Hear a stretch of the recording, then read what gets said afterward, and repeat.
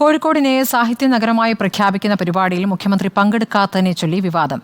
ഭരണത്തെ വിമർശിച്ച എം.ടി. വാസുദേവൻ നായരുമായി വേദി പങ്കിടില്ല എന്ന പിടിവാശിയാണ് മുഖ്യമന്ത്രിക്കെന്ന് UDF ആരോപിച്ചു. എന്നാൽ പെട്ടെന്നുണ്ടായ അസൗകര്യമാണ് പരിപാടിയിൽ മുഖ്യമന്ത്രി പങ്കെടുക്കാത്തതിന് കാരണം എന്നാണ് മേയർ ബീന ഫിലിപ്പിന്റെ വിശദീകരണം.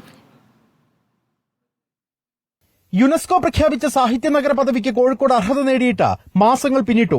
പ്രഖ്യാപനത്തിനായി മുഖ്യമന്ത്രിയെ കാത്തിരിക്കുകയായിരുന്നു കോർപ്പറേഷൻ. ഇന്നലെ കോഴിക്കോട് പൊതുപരിപാടിയിൽ ഉദ്ഘാടകനായി മുഖ്യമന്ത്രി എത്തിയെങ്കിലും ഇന്നത്തെ സാഹിത്യ നഗര പ്രഖ്യാപനത്തിന് കാത്തുനിൽക്കാതെ മടങ്ങി.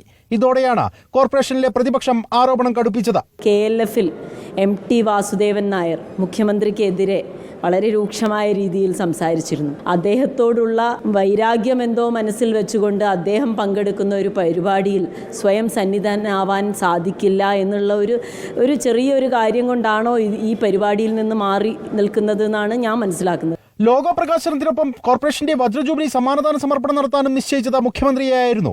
കോഴിക്കോടിനെ സാഹിത്യ നഗരമായി പ്രഖ്യാപിക്കുന്ന ചടങ്ങ് മുഖ്യമന്ത്രിയുടെ അഭാവത്തിൽ മന്ത്രി M.B. രാജേഷ് ഉദ്ഘാടനം ചെയ്യും. പ്രതിപക്ഷ ആരോപണം നിഷേധിച്ച മേയർ മുഖ്യമന്ത്രിയെ പ്രതീക്ഷിച്ചെങ്കിലും പെട്ടെന്നുണ്ടായ അസൗകര്യമാണ് പിന്മാറ്റത്തിന് കാരണമെന്ന് വിശദീകരിച്ചു. തുടർ പദ്ധതികൾക്ക് സർക്കാർ സഹായം മുഖ്യമന്ത്രി ഉറപ്പു നൽകിയതായി മേയർ വാർത്താക്കുറിപ്പിൽ വ്യക്തമാക്കി. അഭിമാന പ്രഖ്യാപന പരിപാടിയുമായി സഹകരിക്കാനാണ് കോർപ്പറേഷനിലെ പ്രതിപക്ഷ കൗൺസിലർമാരുടെ തീരുമാനം. റിപ്പോർട്ടർ, കോഴിക്കോട്.